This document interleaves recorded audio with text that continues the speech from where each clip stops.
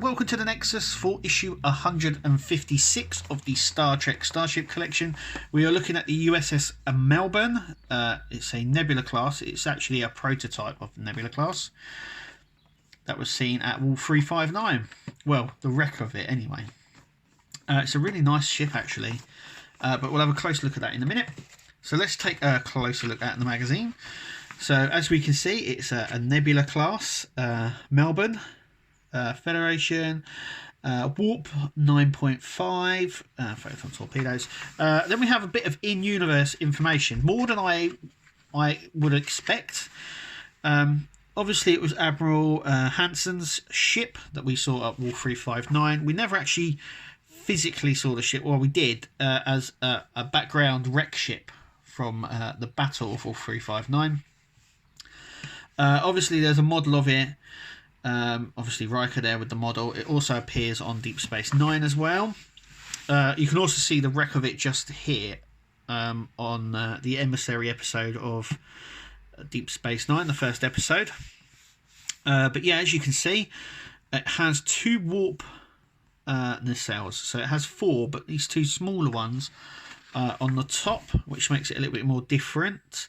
It also has impulse engines on the saucer section, which the other Nebula class ships don't have as well.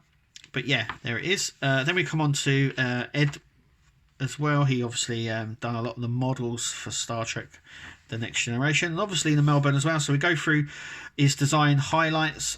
So there's the Melbourne Nebula prototype there, which is what this ship's based on.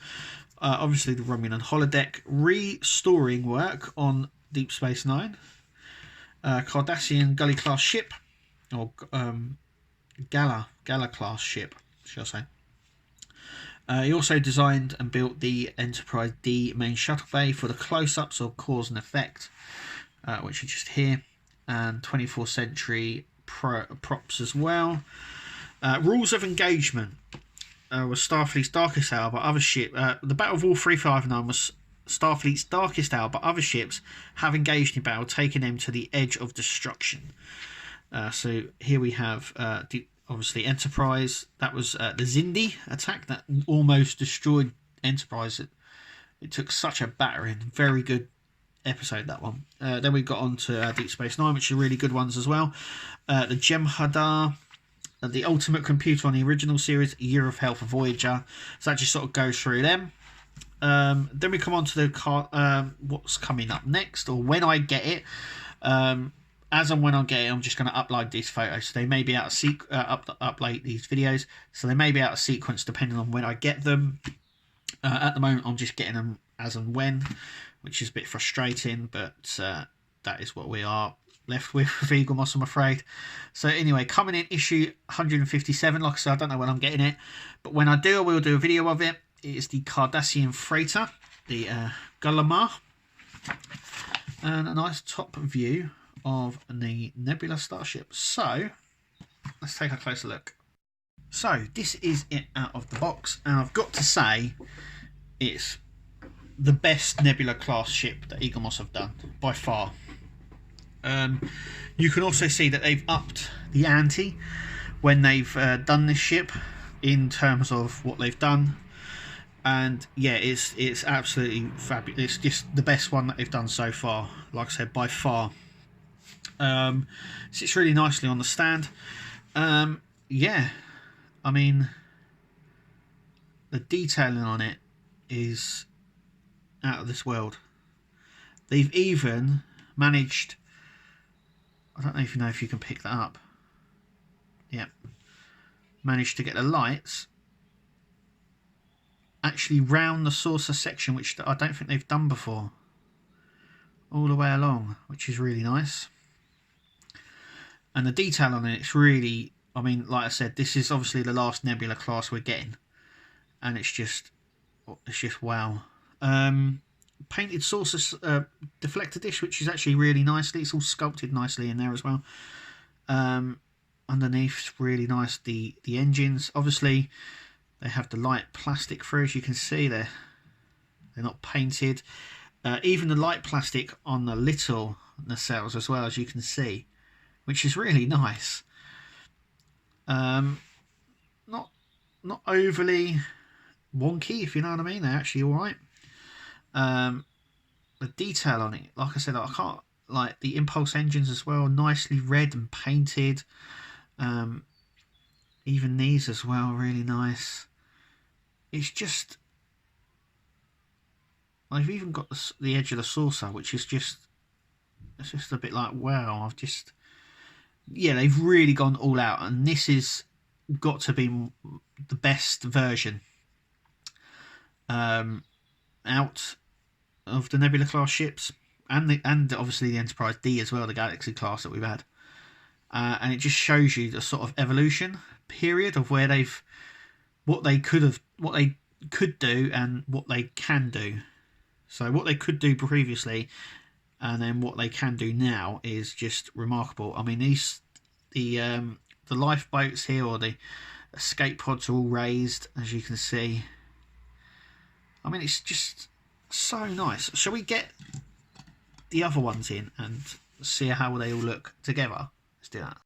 So there they are all together, the Nebula class ships at the front and the Galaxy class at the back. You can see the differences. So this is obviously the first one we got, and obviously this is the latest.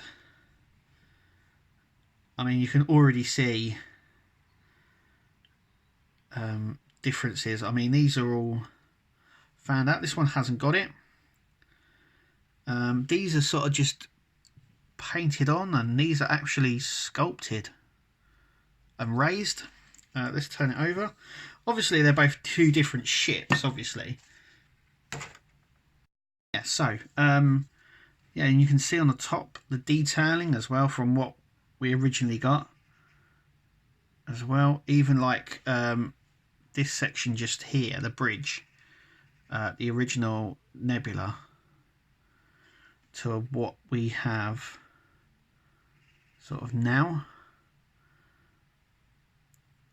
I mean, obviously I know that they're different ships,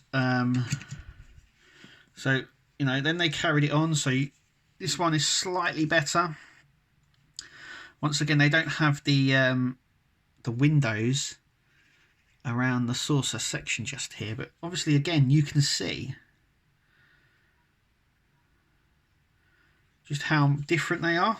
Obviously they're different as in, but they're both Nebula class ships, and they're just, this one is just so much better. You can see the panel lines, which are neither on either two of these.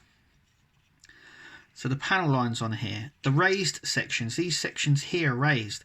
This obviously section is a lot wider, and obviously I know that it's, you know, but it is just the best one. Now let's just put this one back here and let's compare it to its mummy, basically. It's this bigger one. Obviously there's two different sort of designs, but once again they've really, it's just so much better design. I mean, it comes up okay. Once again, the Enterprise doesn't come up with the panels lines where it does on here. It's even got the Artec design. Obviously they're different colours, but yeah, I mean, the windows are obviously bigger on this one as well, and it's a little bit smaller and more of them. Engineering hull as well. Yeah, it's just really nice. Let's put them all back together.